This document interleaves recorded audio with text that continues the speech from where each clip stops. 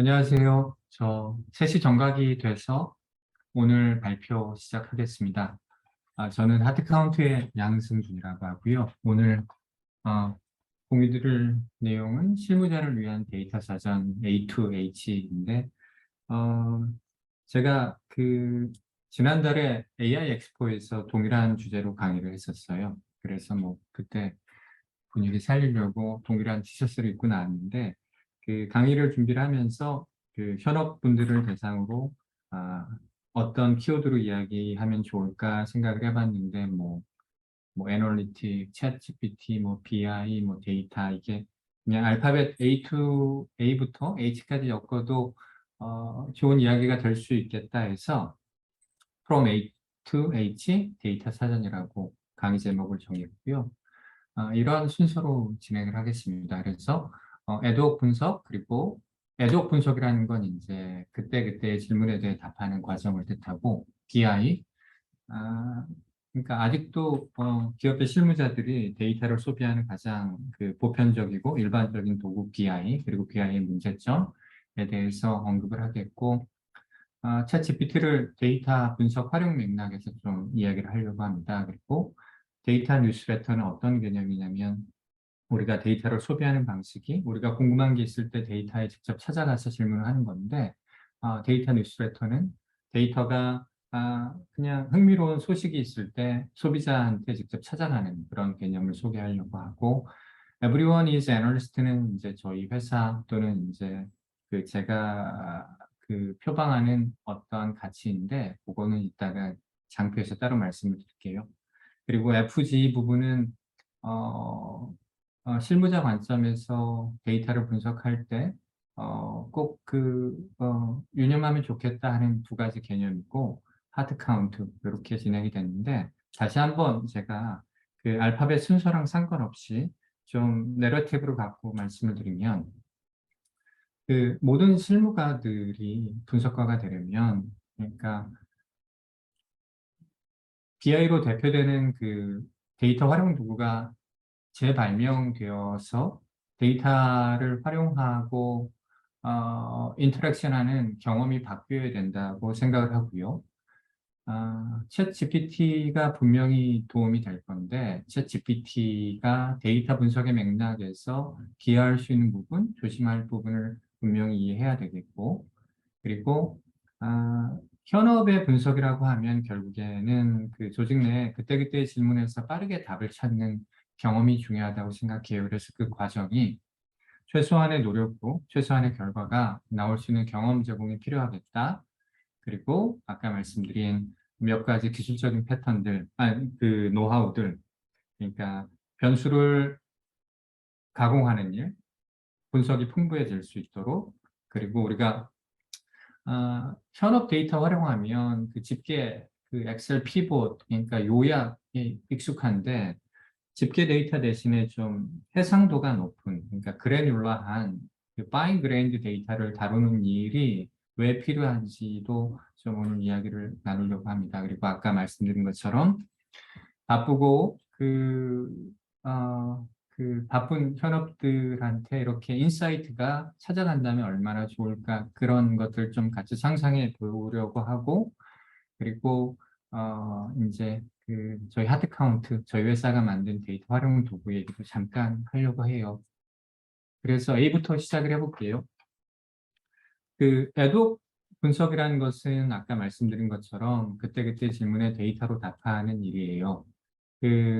질문이라는 것은 어떤 질문이냐면 기업 내에 이제 대시보드가 있다고 가정을 해보면 대시보드는 어떻게 보면 FAQ, 그러니까 아주 조직 내에서 빈번하게 묻는 몇 가지 지표의 추이 그리고 아주 익숙한 관점으로 브레이크다운 돼 있는 그런 것들이 이제 대시보드인데 뭐 그 이외의 질문들은 사실은 또 답하려면 두 가지 선택지가 있을 것 같아요. 하나는 대시보드를 새로 만드는 일 아니면 현업이나 분석가가 대시보드가 답할 수 없는 질문에 대해 분석하는 일. 그래서 애독 질문이라는 것은 대시보드를 통해 답할 수 없는 모든 질문들이 스콥이 되겠고 유형을 또 구분하자면 몇 개, 얼마 이렇게 카운트하는 질문이 있어요. 이게 답하기는 쉽지만 데이터를 구하는 게 사실은 이렇게 도메인에 따라 쉽지만은 않은 일이에요. 하지만 이것은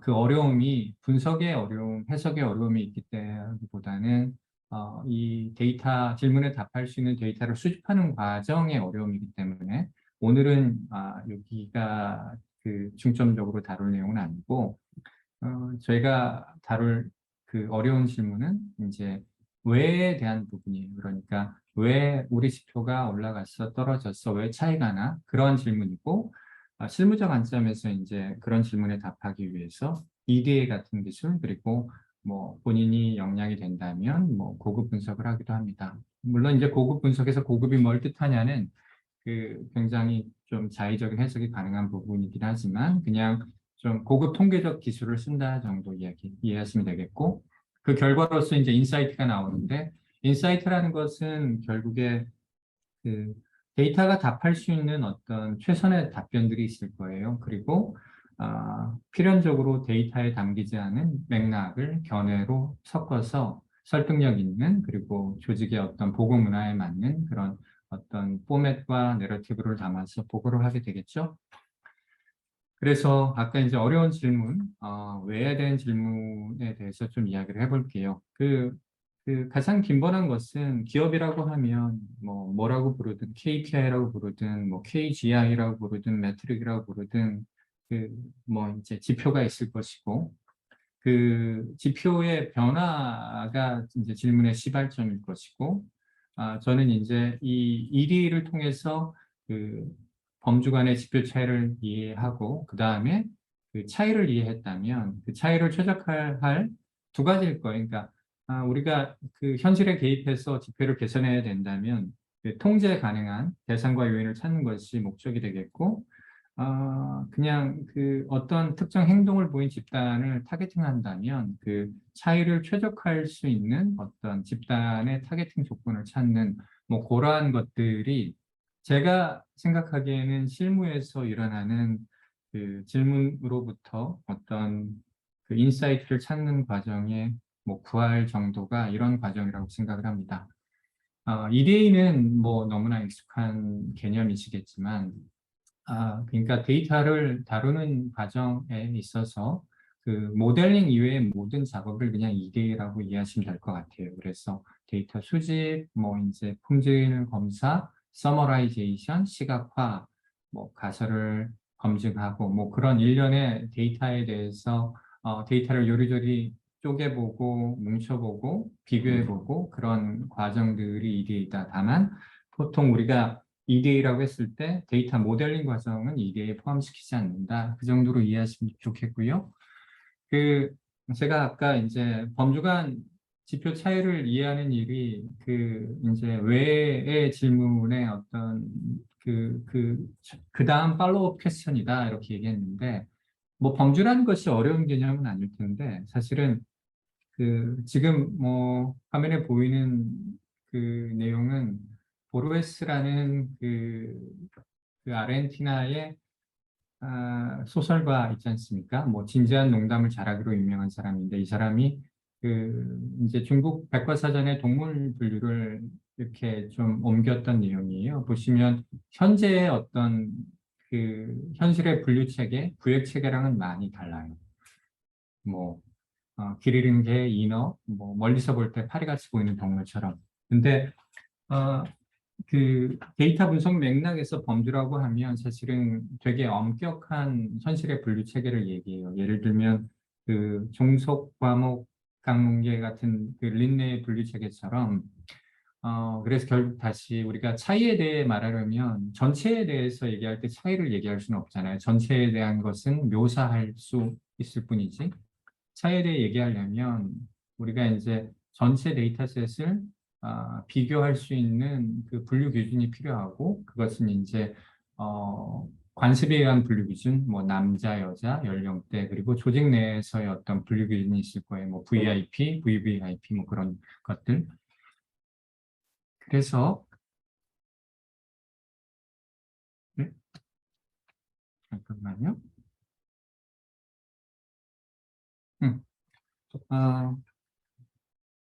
통상적으로 이제 저희가 예를 들면 저희 회사가 그 B2C로 어떤 큰 매장을 갖고 있다고 해볼게요. 그래서 그 매출 데이터를 분석할 때 제품별로 이렇게 이익이 어떻게 다른지 이런 정도는 뭐 사실은 분석 전에 기본적으로 대시보드에서 나와 구성하는 화면일 거예요. 그러니까 중요한 지표, 결국 프로핏이라는 지표를 익숙한 분류체계인 범주, 제품 소비율로 이렇게 브레이크다운 해놓고 필연적으로 여기서 이제 궁금증이 생기죠. 그죠? 왜 이렇게 그 이익, 프로핏에 뭐 제품의 판매 원가 그리고 그 소비자 가격은 다르겠지만 이익이 왜 이렇게 차이가 났을까?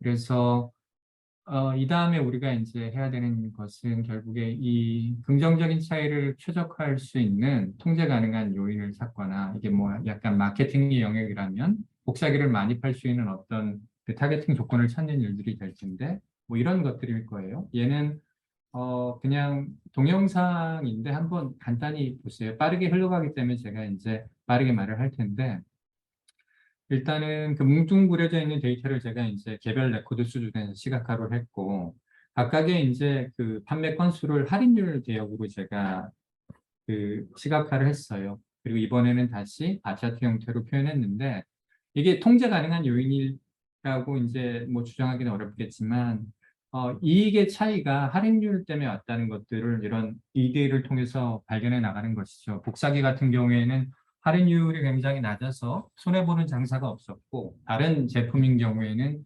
그런 그 할인율 때문에 이게 크게 그 안 좋은 영향이 있었다. 이런 작업들, 그러니까 통제 가능한 대상과 요인을 찾는 것이 Y에 대한 질문에 답변하는 그 주된 과정입니다. 이번에는 그 애독 어널리시스에서 좀 더 이제 논의를 발전시켜서 결국엔 애독 분석이라는 것은 아, 애드혹 디시전 메이킹을 지원하기 위한 걸 거예요. 그러니까 아까 그 위에 있는 다이어그램에서 그 의사 결정을 위해서 애독 그 분석을 하는 것이고 애독 의사 결정은 뭐 이게 보편적으로 합의된 분류 체계는 아니라 이제 제 생각을 담은 것인데 그 원웨이 도어 디시전하고 투웨이 도어 디시전 나뉜다고 생각해요. 그러니까 원웨이 도어 디시전은 어떤 거냐면 물론 이 말을 처음 한 사람은 이제 제프 베조스인데 물론 제프 베조스보다 먼저 얘기를 한 사람이 있었겠고 제프 베조스 때문에 이 얘기가 유명해진 것인데 그 되돌릴 수 없는 결정들이 있어요. 예를 들면 우리 회사를 뭐 매각할 것인가, 아니면 어떤 직원을 내보낼 것인가, 이런 결정은 사실은 최대한 천천히 신중하게 하는 것이 많고, 우리가 이제 흔히 얘기하는 그 오퍼레이셔널 애널리틱이라는 부분, 그러니까 운영상에서 일어나는 그런 결정들은 사실은 많은 경우 투웨이 도어 디시전이에요. 그러니까 잘못된 결정을 내리면 다시 문 열고 들어와서 또 다른 결정을 가지고 또 문 열고 나갈 수 있는 것이죠. 그래서 이런 그 투웨이 도어 디시전인 경우 대부분의 이제 기업 실무 부서에서 일어나는 디시전은 뭐 투웨이 도어 디시전이라고 저는 믿고 있어요. 빠르게 양질의 결정을 하는 것이 중요하고 그 빠르게 양질의 결정을 하면서 그 어떤 실험을 통해 그 최적화된 어떤 의사결정의 조건을 찾는 것이 중요하고 뭐 약간 좀 말랑말랑한 이야기가 될 수 있겠지만 그래서 그 실무자가 데이터를 진지하게 들여다보는 일이 의미가 있고 가치가 있으려면 내가 어떤 의사결정을 하느냐에 따라 좀 새로운 미래가 펼쳐질 수 있다는 그런 그 실무자들의 믿음이 있어야 된다고 봐요. 그렇지 않고 이게 아니야 이 되돌릴 수 없는 결정이야 뭐 그런 생각이 있다면 사실은 우리가 그 매번 빈번하게 일어난 의사결정을 그렇게 심사숙고해서 최선의 결정을 할 필요가 없겠죠. 다시 그래서 그 아까 이제 그 실무자들이 그 오퍼레이셔널 애널리틱을 할 때 그 빠르게 양질의 의사결정을 하는 것이 중요하다는데 공감할 수 있다면 몇 가지 이제 그 필요한 조건들이 있는데 그래서 우리가 이제 time to insight이라는 것은 그때그때의 질문에 대해 빠르게 좋은 답변을 하는 것인데 그 질문에 답할 수 있는 데이터셋이 사실은 미리 어느 정도 편성돼 있어야 돼요. 그래서 저는 이거를 이제 큐레이티드 데이터셋이라고 부르고 얘를 약간 그 통제의 관점에서 보면 가번 데이터셋일 수도 있을 텐데 민감하거나 문제가 될 수 있는 데이터들을 좀 제외한 최대한 이렇게 폭넓게 편성된 데이터셋을 준비되어 있어야 한다고 봐요. 그래서 결국 지표와 관련된 몇 가지 질문이 있을 때 우리 조직 내에서 지표 변화에 직간접적인 요인을 준 그 범주형 변수들이 다 포함이 되겠고, 그리고 이제 해당 지표와 연관된 다른 그 KPI들이 포함된 이런 데이터셋이 필요하다고 생각합니다. 뭐 이게 새롭진 않을 거예요. 우리가 아, 데이터나 숫자를 다루는 실무자들은 엑셀로 이렇게 데이터를 관리하고 있으니까. 다만 우리가 이제 그 전통적인 BI 툴에서의 데이터는 사실은 조각조각이에요. 그래서 하나의 차트가 있으면 차트를 그리기 위한 딱 그만큼의 데이터가 우리에게 제공되기 때문에 차트에서 질문이 있었을 때 질문과 관련된 답을 하기 위한 데이터셋을 구하는 과정이 사실은 많은 경우 좀 이렇게 그 유리돼서 이루어지는 경우가 많이 있습니다. 그래서 아까 그 넓은 데이터셋이 필요하다고 했고, 그 예를 들면 아까처럼 그 홈쇼핑에 취소율 데이터셋이 있다고 했고, 우리의 질문은 그 예를 들면 이 취소율이 왜 이렇게 높았니? 이게 있지 않습니까? 그럴 때 결국에 그 우리가 패턴이라는 것은 이 데이터셋에 있는 단어와 숫자로 만들 수 있는 최선의 문장이에요. 사실 그걸 넘을 수는 없겠죠. 그러니까 야심한 밤 시간대 TV 채널로 주문한 그 40대 초반의 초중반의 여성들의 전자제품 수요율이 가장 높았다 정도를 우리가 이야기할 수 있을 거예요. 예를 들어 뭐 전자제품 취소율이 굉장히 높아 그것이 이제 우리의 그 주요 질문이라고 했을 때 다만 이 데이터의 넓이만 가지고는 뭐 사실은 왜 취소를 많이 했는지에 대한 답은 하기 어렵다고 봐요. 물론 이제 왜라는 것이 인과성에 기반한 꼭 질문에 대해 답하는 것이 꼭 왜는 아닐 거예요. 예를 들면 전자제품 취소율이 왜 높았니 했을 때 밤에 40대 초중반 여성이 많이 했어요가 사실은 이유일 수도 있고, 왜냐하면 그 이유에 우리가 기반해서 현실 변화가 가능하다면 그게 아주 충분한 이유가 될 수도 있고, 그래서 한 번 더 Y를 더 붙여서 왜 그래서 그분들이 취소했는데 했던 것은 데이터요, 우리가 아무리 넓은 데이터를 갖고 있다 할지라도 그 사람이 어떤 그 시점에 어떤 마음속의 상태를 우리가 가늠하기란 쉽지 않겠죠. 그래서 그 부분은 오히려 경험에서 나오는 거라고 생각을 해요. 그래서 뭐, 예, 뭐 밤중에 좀 TV를 보다 충동적으로 구매했다는 뭐 그럴듯한 설명이 있을 수도 있겠고, 그래서 어떻게 해야 돼 하면 좀 자극적인 영상 송출을 자제하자 뭐 이런 식의 이야기가 있을 수도 있겠습니다. 네. 예, A가 끝났네요. 모든 알파벳이 이 정도 분량은 아니고 여기 A하고 C만 좀 길고 나머지는 그냥 훅 넘어갈 것 같아요. 자, B 한번 가볼게요. B는 이제 아까 말씀드린 것처럼 BI라고 알려진 BI라고 쓰고 사실은 우리가 대시보드라고 읽는 경우가 많은데 그 대시보드의 어떤 그 종말에 대해서 이야기하고 싶어요. 그러니까 사실은 BI의 종말은 아니겠죠. 그러니까 대시보드의 종말을 얘기한다는 것은 이제 대시보드가 불필요하다는 얘기가 아니라 현업들이 데이터를 소비하는 도구로서 대시보드가 최적의 도구가 아니고 아닌데 또 불구하고 이 너무 오랜 기간 그 주요 도구였던 부분에 대한 문제를 제기하고 싶습니다. 대시보드의 문제는 장점 많죠. 장점은 그냥 수동적으로 소비하기 좋아요. 하지만 대시보드에 우리가 질문을 할 수 없다는 그런 문제가 있어요. 그래서 화면에 보는 대시보드에서 우리가 예를 들어 지금 제품 소분류별 판매 랭킹이 있는데 얘 지역별로 쪼개려면 어떻게 돼? 하면 사실은 대시보드 이외의 어떤 환경에서 데이터를 수집하고 별도의 도구로 분석하는 그런 과정이 있고 사실은 이런 데서 이제 데이터를 소비하고 활용하는 경험에 근본적인 문제가 생긴다고 생각을 해요.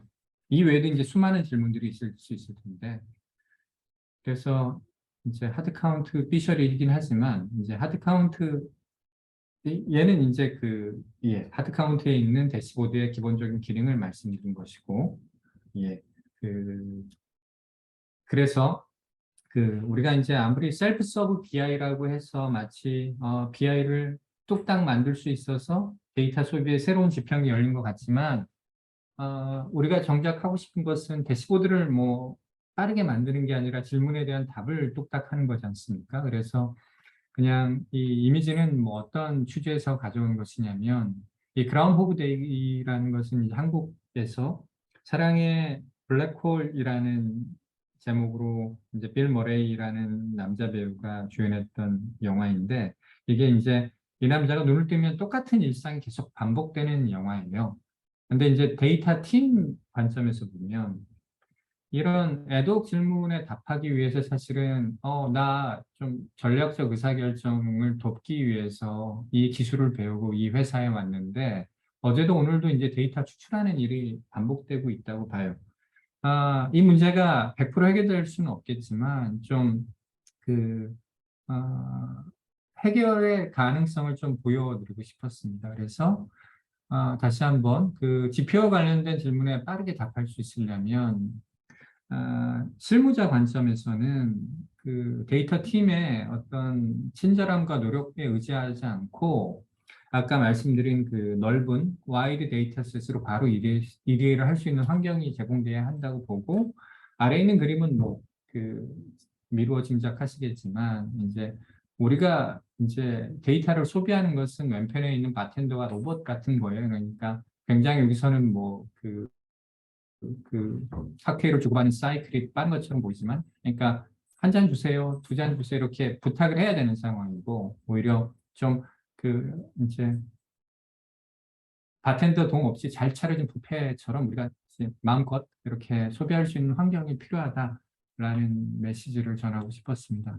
그래서 아까 하드 카운트 비주얼인데, 이 하드 카운트에서는 이런 지역별 매출 점유율이 있을 때 궁금한 게 있으면 EDA가 바로 돼요. 그러니까 차트를 그린 맥락 있는 와이드 데이터셋을 자동으로 연동을 해서, 그러니까 데이터에 대한 접근이 쉬워지고, 그리고 실무자가 쉽게 이런 추가 질문에 대해서 답을 할 수 있도록 되어 있어서, 뭐 결국에는 알 의지가 있으면 알 수 있는 일들이었을 텐데, 그것이 이틀 후에 알 것, 아니면 다음 주 월요일까지 말씀드리면 될까요가 아니라 그 자리에서 바로 즉시의 타임 투 인사이트이 가능하다라고 감히 말씀드리겠습니다.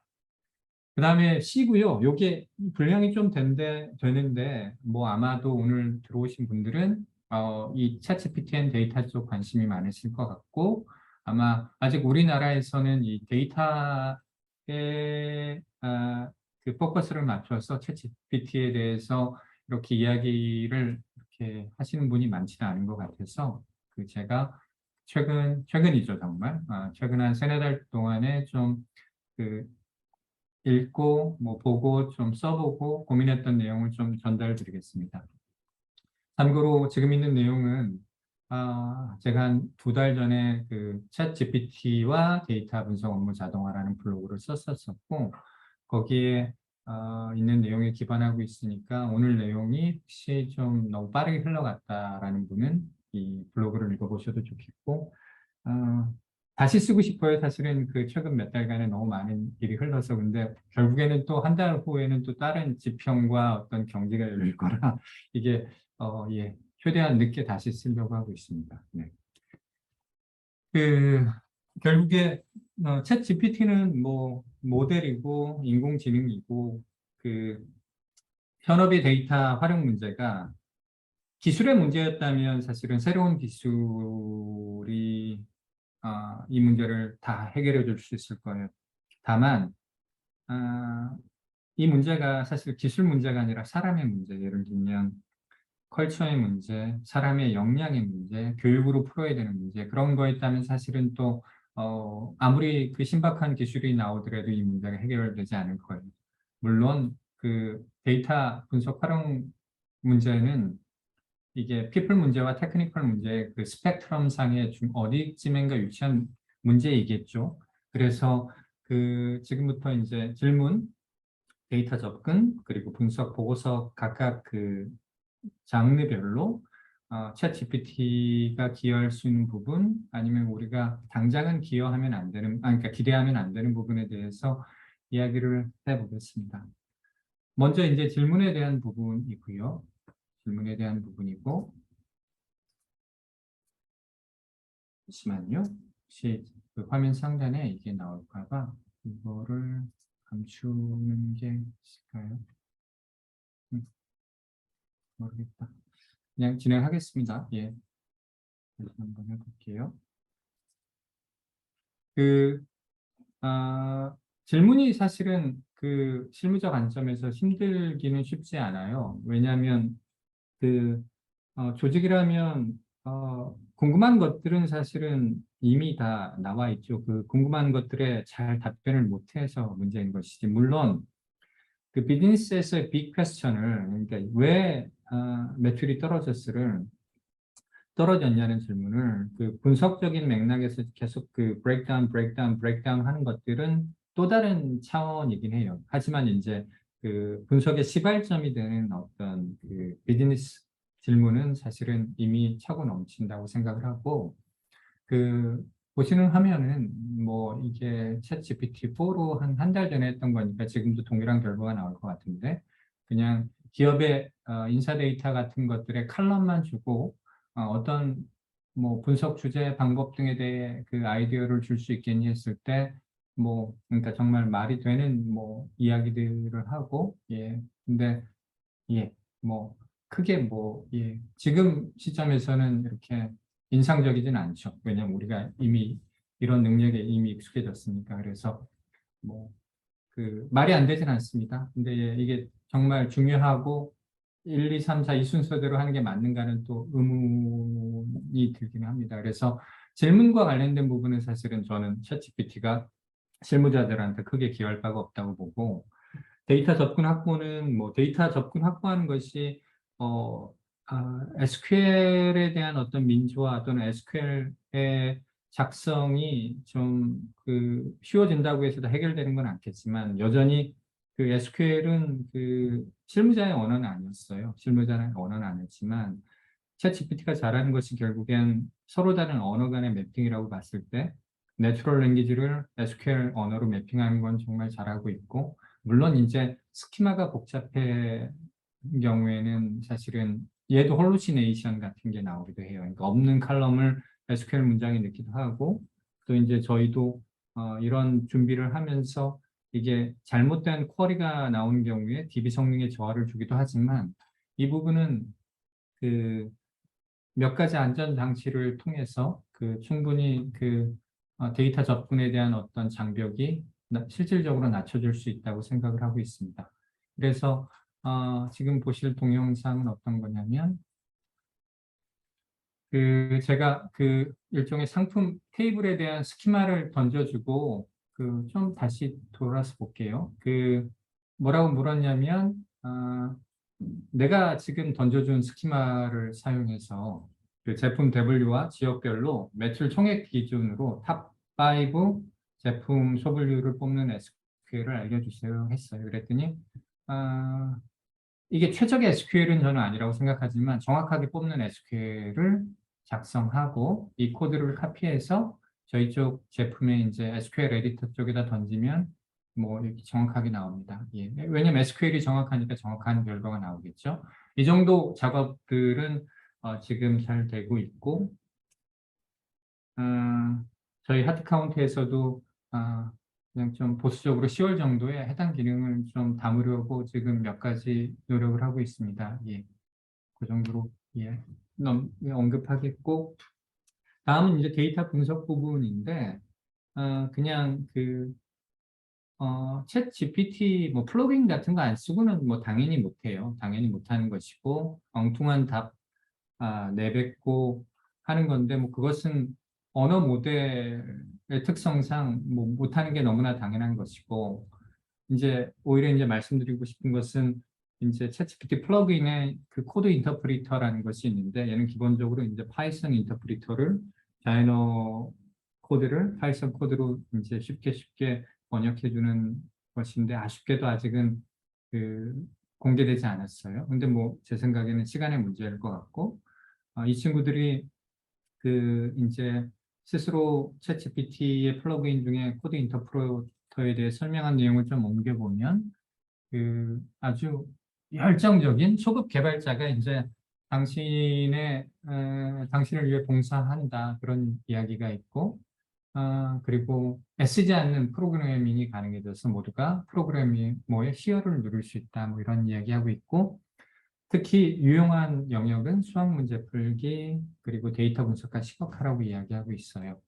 그래서 그 공개된 내용만 좀 옮겨보면 얘네들이 이제 이 친구들이 공개한 내용은 그 뮤직 데이터셋 가지고 몇 개 이제 그 활용 사례를 보여주고 있는데 이 데이터셋은 그 뭐 아티스트들이 특정 연도에 어떤 곡을 발매했는지와 같은 어떤 예, 음원과 관련된 데이터셋이고 어떤 음원이 발매됐을 때 그 곡의 어떤 길이, 어떤 곡이 얼마나 시끄러운지, 뭐 템포 같은 그런 컨텐츠 속성 정보도 구성돼 있어서 그 이제 J라는 이니셜을 갖고 있는 사람이 그 데이터셋에 있는 그 데이터 중에 이어라는 칼럼에 0을 제외하고 뭐 0이 있다는 건 아마 이미 본인이 알았을 거예요.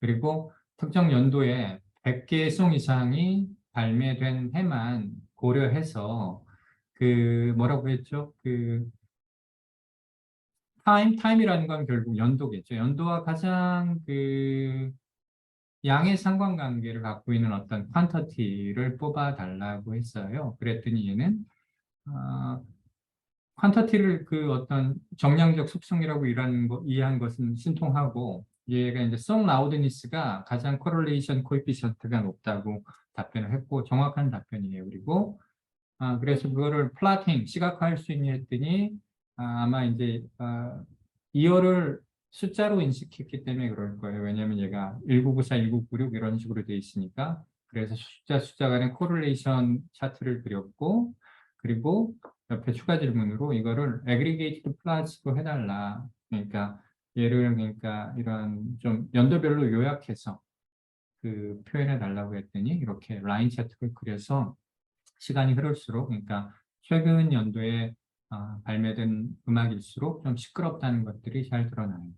뭐 예, 그렇습니다. 그리고 얘는 뭐 놀랍진 않지만 뭐 그 아까 얘기했듯이 그 파이썬으로 이 정도 작업도 스스로 못했던 분들한테는 유용할 수는 있을 것 같고 이제 그 저희 쪽에서 똑같은 작업을 제가 해봤는데 저희 쪽에서도 이제 그 이어를 선택하면 가장 코릴레이션 높았던 게 이제 송 라우드니스라고 나오고 뭐 그런 것들을 플라팅하는 것. 그러니까 뭐 결국에는 제가 드리고 싶은 말씀은 이제 도구라는 것은 어떤 본인의 워크플로우 상에서 가장 편리한 도구를 선택하게 되는 것이지 갑자기 어느 날 파이썬이 쉬워졌다고 해서 파이썬을 안 쓰던 사람들이 갑자기 쓰게 될 거라고 생각하진 않습니다. 예.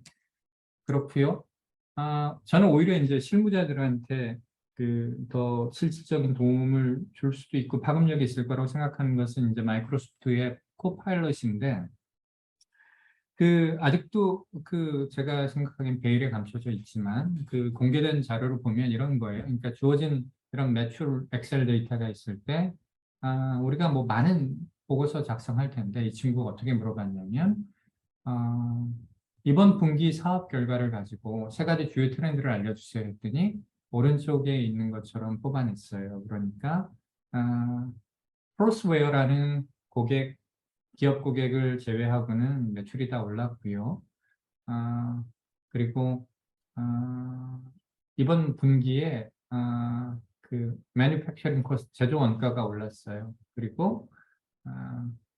그리고 지난달에 총 매출액을 봤더니 그 로우 디스카운트 프로덕트 여기 보면 이제 엑셀엔 정확히 안 나와 있는데 얘네들이 디스카운트 레이스에 따라 밴드를 뭐 로우 디스카운트, 미디엄 디스카운트 이렇게 범주형 변수를 나눠놓고 아주 낮은 할인율로 팔았던 프로덕트이 그 작년 매출의 절반을 차지했어요. 지난달.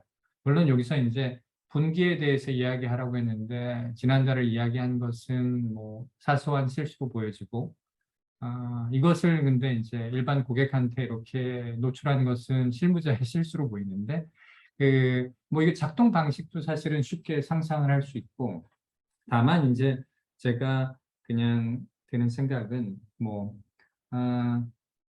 좀 이따 이제 좀 그 관련된 생각을 좀 더 상수를 하겠지만 여기에서 트렌드라고 이야기할 수 있는 것들, 그러니까 좀 유의미한 차이, 경향성, 그 관계 같은 것들은 수백 가지 또는 변수의 조합으로 생각하면 수천 가지가 될 텐데 그중에 이제 주요하다는 것은 사실은 굉장히 자의적인 것이고 그것들을 재미로 해볼 수 있겠지만 이게 세 가지 주요 트렌드라고 보고서에 담는 것은 굉장히 위험천만한 일이라고 생각합니다. 그리고 실무적 맥락에서 중요한 것과 통계적으로는 굉장히 무의미하지만 실무적으로 중요한 것들도 있고 아주 큰 차이고 가장 좋은 통계적으로 중요한 패턴이지만 뭐 우리가 이제 얘기하는 TBU 그러니까 True but Useless라는 약자인데 실무에서는 아무런 도움이 안 되는 그런 뻔한 패턴일 수도 있는 것이라 결국에 이런 것들은 조금 저는 아직은 회의적인 시각으로 보고 다만 해당 동영상을 보면 뒤편에 이런 게 있어요. 그래서 크로스웨어의 매출 변화를 드릴다운 해줄래 하면 얘는 통계 또는 데이터 분석의 장르적 구분 중에서 우리가 얘기하는 디스크립티브 애널리틱이거든요. 디스크립티브 애널리틱은 하나의 질문에 하나의 올바른 결과가 있어요. 그러니까 주요한 경향 3개를 뽑아달라는 것은 사실은 굉장히 하나의 올바른 정답이 있지 않지 않습니까? 중요하다는 것 자체가 개념이니까 모두가 합의할 수 없는 다만 크로스웨어 매출 변화를 드릴다운 해드리려면 사실은 굉장히 그, 그, 뭐야, 아주 자명하죠. 뭘 하면 되는 것들이. 그래서 이런 부분들에 있어서는 저는 유용한 부분이 있을 거라고 생각해요.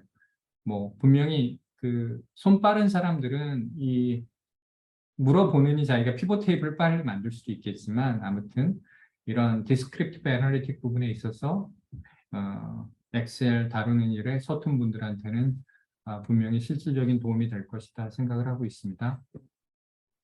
그래서 뭐 사실 이 책의 내용은 이 책은 Probably Approximately Correct라는 책인데 튜링상을 받았던 어떤 교수님이 쓰신 책이에요. 저도 예전에 읽었던 책이라 내용이 가물가물한데 이 제목 때문에 따온 이미지이고 결국에 언어 모델이라는 것은 확률적 판단을 하는 것이고 우리가 이제 인풋과 아웃풋이 필요한 일이 있고 그거에 기계의 도움을 받는다고 했을 때 이게 확률적 판단의 결과가 acceptable한 경우가 있고 그렇지 않은 경우가 분명히 있을 거예요. 그러니까 얘는 앤더슨 호로위츠라는 큰 투자 회사에서 제너러티브 AI에 관해서 이제 최근에 썼던 블로그 아마 지난주인가 나왔던 블로그인데 제가 좀 공감을 할 수 있어서 옮겨왔는데 이런 거예요.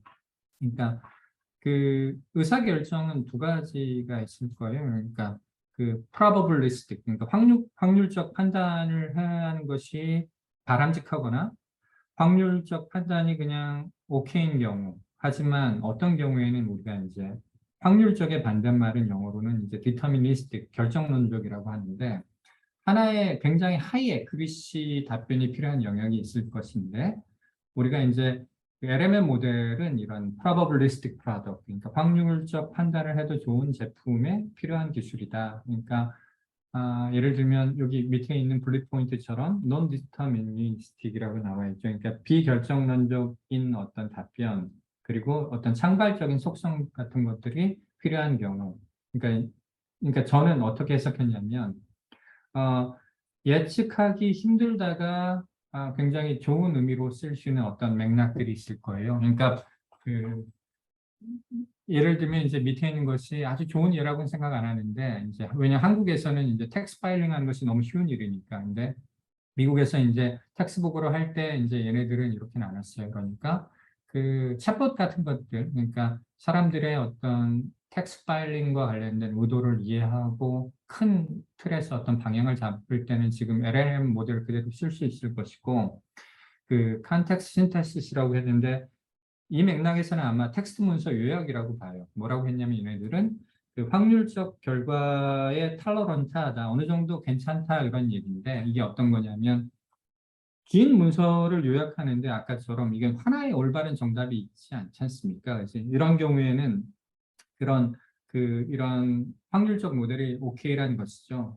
지금 아까 얘기했던 그 자연어를 그 파이썬 코드로 옮긴다든지 자연어를 SQL 언어로 옮긴다든지 하는 작업도 저는 요 영역이라고 봐요. 그러니까 컨텍스트 신테시스라고 보는데, 왜냐하면 질문은 굉장히 명확하고 어떤 SQL을 짜줘, 어떠한 그 디스크립티브 애널리틱을 해줘, 그리고 그거를 실제 코드로 옮기는 그 작업은 사람이 하는 경우에도 동일하지 않거든요. 약간의 베리언스가 있고 코딩 스타일에 따라 다르지만 결과가 올바른 선에서는 사실은 크게 문제되지 않는 것이죠. 그래서 이런 부분은 LLM이 그 프로덕트에 활용돼도 좋다. 저도 공감하고, 다만 아까 얘기했듯이 코릴레이션을 정확히 계산한다든지 어떤 룰 베이스로 움직여야 되는 경우, 그런 경우에는 사실은 LLM 모델을 쓰면 안 되는 것이고, 그 전통적인 그 프로덕트 어프로치가 필요하다.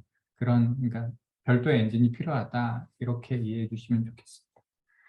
그래서 뭐 결론을 말씀드리자면, 이 얘기가 또 이제 연말에 틀린 얘기가 될 수도 있겠지만, 질문은 현실을 이해하고 바꾸려는 의지가 있는 사람의 몫이라고 생각을 하고, 데이터 접근 부분은 여전히 이제 저는 그 데이터를 그 맥락에 맞게 크리에이션하고 하는 일이 더 중요하다고 생각하지만, 그 텍스트 투 시퀄 하는 작업은 곧잘 한다.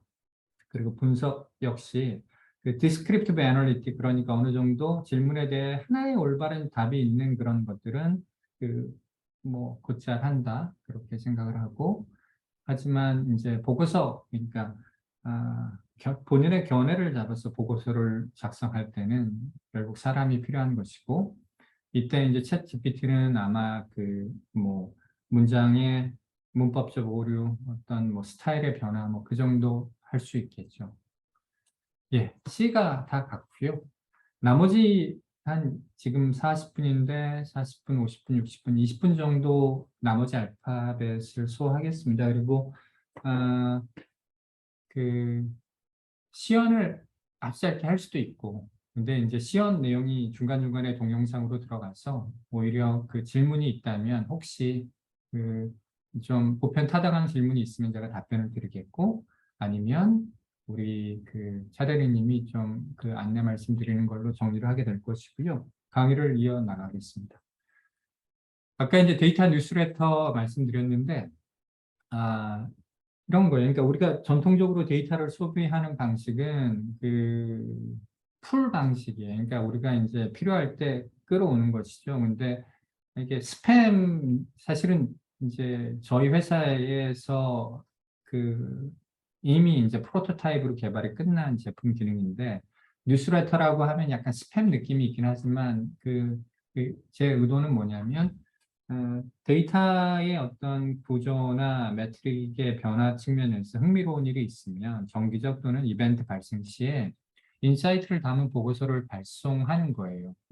그 작동 방식은 사실은 아주 로켓 사이언스는 아니에요. 하지만 이런 좀 발상의 전환, 데이터를 다루는 어프로치의 전환이 좀 필요하다고 생각을 하고, 실제 이제 저희 제품에서 데이터 뉴스레터가 나온 것인데, 그러니까 어떤 지표의 차이가 있었을 때 차이를 가져오는 요인은 수만 가지일 텐데, 그래도 차이에 가장 큰 기여를 한 변수들을 이렇게 쭉 뽑아서 텍스트와 함께 제공하고, 만에 여기에 이제 본인이 찾던 것이 없으면 이제 뭘 좋아할지 몰라서 다 준비했어처럼 저희는 이렇게 관련 대시보드로 가면 테이블 형태로 다 제공하는 형태가 되어 있고요. 이게 이제 관련 대시보드인데, 예를 들면 이게 이제 이익 매트릭과 관련된 것인데, 예를 들면 전분기 대비 또는 지난 기간 대비에 어떠한 요인 때문에 차이가 났었는지를 이렇게 설명하는 대시보드가 있다 정도 알면 좋겠고, 이 내용을 해석하는 게 중요한 게 아니라 뭐 제가 봤을 때 이러한 것들은 바람직한 변화의 방향이라고 생각을 하고 있습니다. 그리고 얘는 중간에 있는 키워드지만 사실은 이제 맨 앞이나 맨 뒤에 있으면 적절한 키워드일 텐데, everyone is an analyst라는 것은 사실은 아, 지금은 분석 작업이라는 것이 사실은 10년 전에 이제부터 항상 있었던 얘기가, 올해는 뭐 실무자들이 데이터를 활용하는 원년이 될 것이다, 또는 이제 시민 데이터 분석가가 몰려온다, 이런 일이 계속 10년 동안 반복되지만 여전히 그 변방에서 이루어지는 일이라고 생각을 하고, 그 이유는 뭐 여러 가지가 있겠지만 그래도 본질은 노력 대비, 그러니까 노력한 거에 대비 효과가 적기 때문이라고 생각해요. 그래서 모든 사람이 분석가가 된다는 것은 그 이제 김수영의 시에 나와 있던 것처럼, 시의 뉴 프론티어란 시가 없는 것이라고 했던 것처럼 분석 행위 자체가 좀 필요 없는 경지가 필요하지 않나. 근데 그 경지에 가기 전에 사실은 좀 애쓰지 않는 분석이 좀 필요하지 않나 싶어요. 근데 여기서 애쓰지 않는다는 것은 고민하지 말라는 것이 아니라 좀 자동화될 수 있고, 아까 얘기했듯이 데이터를 구하는데 심리적 그 스트레스를 받고, 도구 사용법을 익히는데 심리적 스트레스를 받고, 그 뻔한, 그러니까 내가 애쓰면 알 수 있는 것들을 좀 편하게 알려주는 것들, 그리고 나한테 더 많은 시간이 주어진다면 해볼 만한 것들을 좀 기계가 다 분석해서 좀 이렇게 꺼내 먹을 수 있는 형태로 제공하는 것이 제가 생각하는 에포틀리스 애널리틱이라고 생각하고, 뭐 정말 완전 무결한 현실에 적용할 수 있는 의사결정 바로 할 수 있는 그런 보고서는 좀 더 시간이 필요하다고 생각을 해요. 그러니까 당장 1, 2년은 아닐 거라고 생각을 하고요. 그리고 FG는 좀 솔직하게 말씀드리면 이 A, B, C, D, E, F, G, H에서 FG를 채우기 위해 좀 억지로 끌어온 내용이 있습니다. 그래서 좀 가볍게 넘어갈게요. 그 피처 엔지니어링이라는 것은 그 모델러들이 하는 작업이기도 하지만, 실무자들 관점에서는 뭐냐면 그 지표 또는 내가 궁금한 걸 더 잘 이해하고 설명하기 위해 변수를 창의적으로 가공하는 일이에요. 그러니까 예를 들면 왼편에 있는 차트를 보면 Y축에는 그 당뇨의 위험도, 다이어비티가 있고, X축에는 위에 있는 차트는 키, 아래에 있는 차트는 몸무게가 있는데, 뭐 그 아래 차트를 보면 몸무게와 당뇨 간의 어느 정도 관계성이 눈에 띄어요. 다만 동일한 몸무게일지라도 당뇨의 위험도의 어떤 변이, 베리언스가 좀 심하게 보이죠. 그래서 그 BMI라는 건 뭐냐면, 오른쪽에 있는 그 퀘털레이라는 그 통계학자가 발명한 개념인데, 몸무게 제곱으로, 키의 제곱으로 몸무게를 나누는 것이죠. 이렇게 되면 약간 그 뭐죠?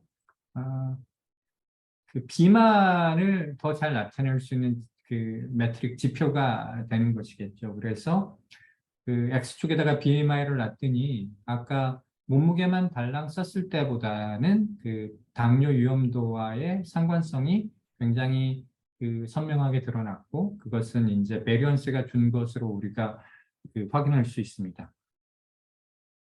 그 실무 관점에서 변수 가공은 이제 사실은 많은 도구들이 이 일을 하지 않아요. 저는 꼭 필요한 일이라고 생각하는데, 근데 그 이유를 이제 곰곰이 생각을 해보면, 이게 사실은 어, 제가 봤을 때 변수를 가공한다는 건 어떤 부담이 있냐면, 지금 저희 하트 카운트 같은 경우에는 숫자 변수가 하나 있으면 걔를 추가적인 두 개의 숫자 변수로 가공을 해요. 좀 이따 보여드리겠고, 그리고 날짜 변수 하나는 최대한 9개에서 10개의 추가 변수를 만들어요. 이게 사실은 시스템적으로 굉장히 큰 부하거든요. 그래서 아마 이제 좀 엔지니어링적인 그 제한 때문에 기존에 있는 어떤 데이터셋들의 어떤 서포터빌리티, 그런 것들 때문에 안 하는 작업이라고 생각하는데, 저는 실무에서 없던 패턴도 보이게 하는 가장 유용한 방법이 이런 변수 가공이라고 생각을 하고,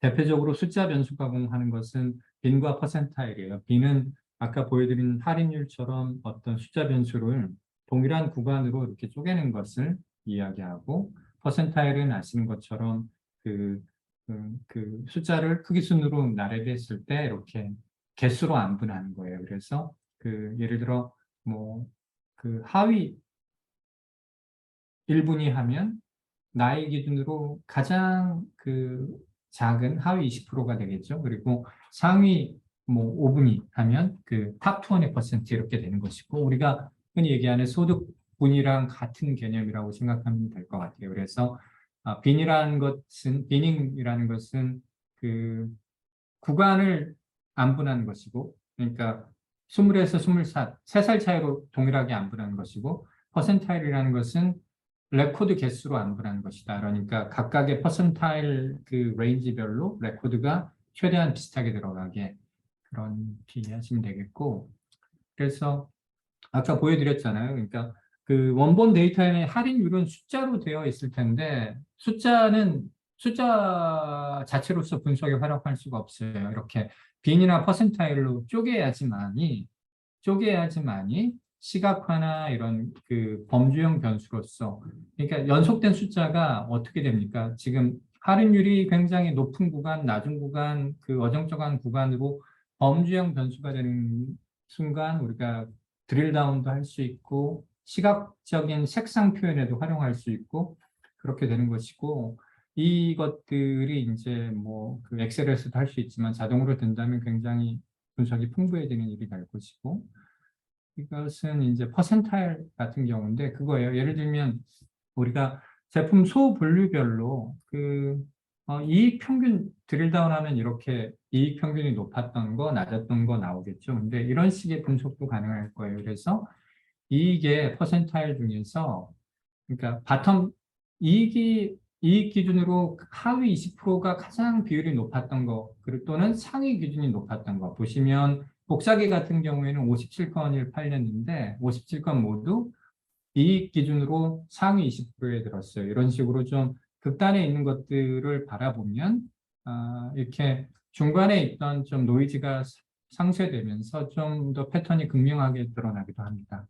그리고 이제 날짜형 변수 같은 경우에는 그 어떻게 되냐면, 얘는 아까 보여드렸던 이제 취소율 데이터의 서브셋인데, 엑셀에 이런 날짜 시간 데이터가 있으면 하드 카운트에서는 보시는 것처럼 년, 분기, 월주, 시간별 주기 뭐 이런 식의 그 우리 내부적으로는 그 드라이브드 타임 베리어블이라고 하는데, 주기적인 패턴을 찾기 쉽도록 변수 가공이 자동으로 돼요. 그래서 이게 이제 그 상품 추천율의 차이를 우리 쪽에서 자동 분석한 건데, 그 분석에 활용할 변수가 갑자기 많아진 것이죠. 그러니까 월별 주기로도 이렇게 패턴을 찾을 수가 있고, 아니면 시간대별로도 패턴을 찾는 것이죠. 그래서 보석 같은 경우에는 오전 시간대에 취소율이 높았다. 그 뭐 이런 식의 그 패턴 찾는 것이 가능해진다.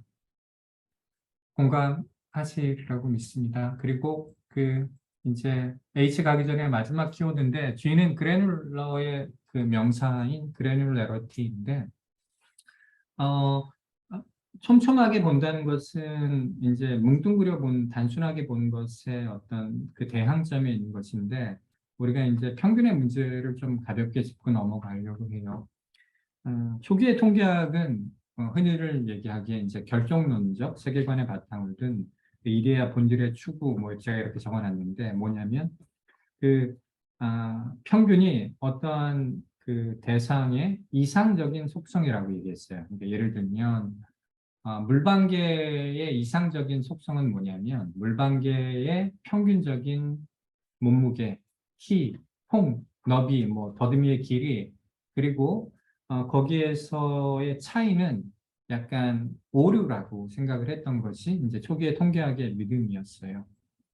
그러다가 이제 다윈이 그 어떤 진화론적 발견을 통해 그 개체 간의 어떤 그 작은 변이들이 누적돼서 좀 뭐 그 의미 있는 변화가 일어난다는 발견 이후에, 평균이 어떤 이상적인 타입 원형이 아니라 우리가 이 평균에서로부터의 차이에도 관심을 가져야 되는구나 하면서 사실은 이제 우리가 분포를 보기 시작하고 베리언스 뭐 그런 것들에 대해서 관심을 갖기 시작을 했었던 거예요. 그래서 평균 다시 한번 평균의 문제점은 뭐 여러 가지가 있지만 가장 큰 것은 이제 로버스트하지 않다는 것인데 통계학적으로 로버스트하지 않다는 건 뭐냐면 개별 관측값 때문에 통계치가 변한다는 얘기예요. 뭐 그 어떤 이야기를 할지 잘 아실 텐데 어떤 버스에 타고 있는 사람들의 평균 소득이 빌 게이츠 한 명이 타는 순간 확 변하는 것과 같이 마찬가지죠. 그래서 이런 평균의 문제점이 있는 것이고 지금 눈에 보시는 데이터는 정확히는 1, 2, 3, 4 로마자 4개의 데이터셋으로 구성되어 있고 각각의 X, Y 값을 보면 다 달라요. 근데 그 데이터셋 1, 2, 3, 4의 평균 분산 상관계수를 보면 똑같아요. 그러니까 평균 분산 상관계수는 편리한 지표고 평균 정도는 우리가 평균을 어떻게 계산했냐면요 하고 서로 지금 설명할 필요가 없잖아요. 그러니까 익숙한 개념이긴 하지만 그 이 동일한 평균과 분산, 상관계수를 갖는 4개의 데이터셋을 시각화하면 이렇게 서로 다른 양상이 나타난다는 것이에요. 그래서 우리가 이제 뭐 피봇이든 아니면 애그리게이션이든 드릴다운이든 그게 결국 보고에는 요약된 값이 쓰여야 되겠지만 그 동일한 요약된 값이라도 개별 레코드 수준에서의 어떤 분포와 그 형상을 보고 좀 그 뉘앙스를 알아야 된다는 이야기를 하고 싶었습니다. 그래서 개별 레코드를 가지고 한번 패턴 찾는 걸 간단히 볼 텐데 보시는 화면은 이게 아마 제 기억이 기억하다면 워싱턴 포스트에서 한 4년 전에 나왔던 기사고 그때 이제 세이버 매트릭스라고 하는 그 데이터를 활용한 스포츠 분석 그 맥락이라고 보시면 될 것 같아요. 그래서 그 홈런을 칠 때 가장 이상적인 각도가 뭔가 뭐 그런 것들에 대해 분석을 한 얘기예요. 여기 스위스팟이라고 나왔죠. 그래서 그 어떤 그 데이터적인 증빙으로 오른편에 있는 차트를 보면 X축에는 힛 스피드, 볼의 스피드, Y축에는 론치 앵글, 그러니까 볼이 그 배트를 맞고 떠났을 때 지면과의 각도 봤을 때 이런 식으로 이제 그 레코드가 많이 몰려 있는 것을 농담으로 표현한 그 차트를 이제 댄서틱 차트 또는 힛맵이라고 하는데 홈런이 그 25도에서 35도에 뭐 많이 몰려 있다 뭐그 얘기를 했던 것이고 제가 이 동일한 데이터셋을 가지고 하트 카운트로 시각화한 내용을 보여드릴게요. Y축에는 론치 앵글이 있고, 그러니까 공이 맞았을 때 각도, X축에는 공의 속도가 있었는데, 제가 그리고 이제 개별 레코드들의 색깔을 이렇게 이벤트로 분류했어요. 제가 여기서 홈런만 딱 놓고 보면 아까 보시는 것처럼 특정 앵글에 좀 몰려있는 게 보였고, 얘를 그냥 이벤트로 화면 분할을 해서 보면 아까 보시는 것처럼 홈런은 그 론치 앵글이 굉장히 특정 영역대에 모여 있는 것이 보여집니다. 그래서 뭐 개별 레코드 시각화를 강조하고 하기 위해서 제가 이제 그래놀러 데이터 어널리시스 얘기를 드렸고요. 끝으로 이제 하트 카운트는 이런 것이에요. 그러니까 뭐 그러니까 데이터로 조직의 운명이 바뀌려면 그러니까 뭐 책을 읽으면 인생이 바뀐다는 말도 있고 책으로 인생이 바뀌려면 떨어지는 책에 맞는 수밖에 없다는 말도 있지만 이게 데이터를 통해 조직의 운명이 쉽사리 바뀌지는 않겠지만 우리가 좋고 과학적인 의사결정이 계속 쌓여 간다면 조직의 운명이 바뀔 수도 있다는 그런 믿음이 있어야 된다고 봐요. 그래서 애독 분석이 쉬워져야 된다고 생각을 하고 그러려면 BI를 대체할 도구가 필요하다고 생각을 하고 그래서 저희 하트카운트는 좀 최소한의 노력을 들일 수 있는 도구 그래서 모든 사람이 애널리스트가 될 수 있는 도구가 되려고 노력을 하고 있습니다. 그래서 어떤 하나의 기술이 그 어떤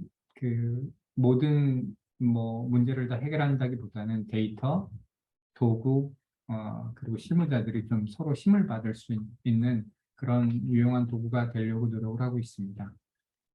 그래서 다시 이 뭐 결론 앞에 했던 얘기 이렇게 반복하지는 않겠습니다. 그 시간을 보면 뭐 시간은 이제 딱 맞췄고요.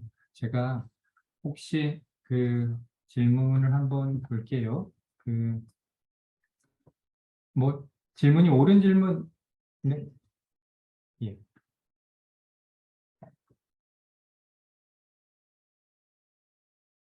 대시보드의 장점과 단점이 A에서 말씀해 주신 부분, 예, 잘 이해하신 거 맞고요. 트루버 뉴스 데이터를 구분하는 것은 결국 신용자 개인 역량일까요? 네, 맞습니다.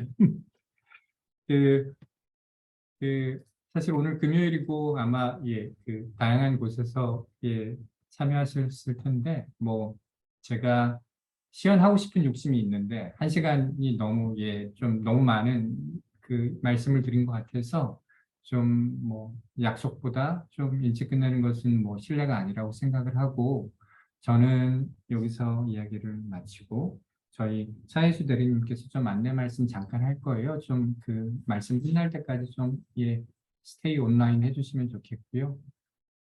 감사합니다. 그리고 뭐 좀 상투적인 얘기지만 궁금한 게 있으면 이제 저희가 팔로우 이메일 보낼 때 그 주소로 질문 주시면 뭐 또 답변 드릴 수 있는 것들은 최대한 성의껏 답변 드리도록 하겠습니다.